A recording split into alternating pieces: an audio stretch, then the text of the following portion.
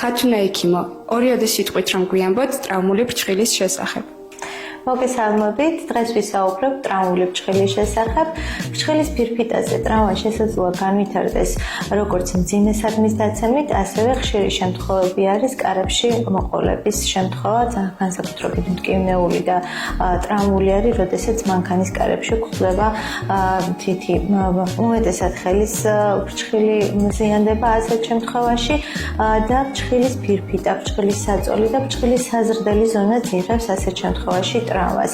საკმაოდ დიდი რაოდენობის სისხლნაჟღენთი იღვრება ფრჩხილქვეშ ჰემატომის სახით და პაციენტი განიცდის საკმაოდ დიდ ტკივილს. როდესაც არის მოწოლითი ფეთქვითი ხასიათის ტკივილი, ასეთ შემთხვევაში სასურველია მოხდეს ფრჩხილის ფირფიტიდან დრენირება სისხლნაჟღენთის, რათა თავიდან ავერიდოთ ქირურგიული ჩარევა მთლიანად ფრჩხილის ამოღების სახით. შემდგომ ინიშნება ანტისეპტიკური საშუალებებით მკურნალობა და ტრავმული ფრჩხილი განიცდის სხვადასხვა ფაზებს, როგორიც არის ფერის ცვლილება, შემდგომ აშრევება. მთავარი არის, როდესაც ახალი ფრჩხილი, ჯანსაღი ფრჩხილი დაიწყებს ზრდას, ძველმა ფრჩხილმა არ შეუშალოს ხელი და არ მოახდინოს საზრდელი ზონის ჩაკეტვა. ასეთ შემთხვევაში საჭიროა ექიმის მიერ მეთვალყურეობა, რათა თითმა და ფრჩხილმა არ განიცადოს დეფორმაცია და არ მივიღოთ პოსტტრავმული ონიქოდისტროფია.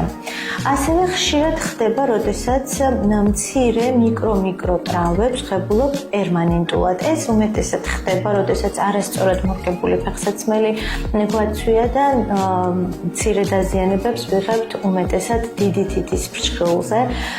ხშირად ხდება ესეთი შემთხვევები სპორტსმენების მოცეკვავების დროს, როდესაც პროფესიული კუთხით ხებულობენ დაზიანებას ფრჩხილის ფირფიტაზე. ასეთ დროს ფრჩხილი განიცდის ფერის ცვლილებას, მოყვითალო ფერის არის სისქე ემატება ფრჩხილს, ხშირად შესახედაობა ძალიან ჰგავს სოკოვანი ინფექციით დაზიანებულ ონიქომიკოზის დროს მიღებულ დაზიანებას, თუმცა შესაძლოა ამ დროს მხოლოდ და მხოლოდ პოსტტრავმული პროცესი გვხდეს.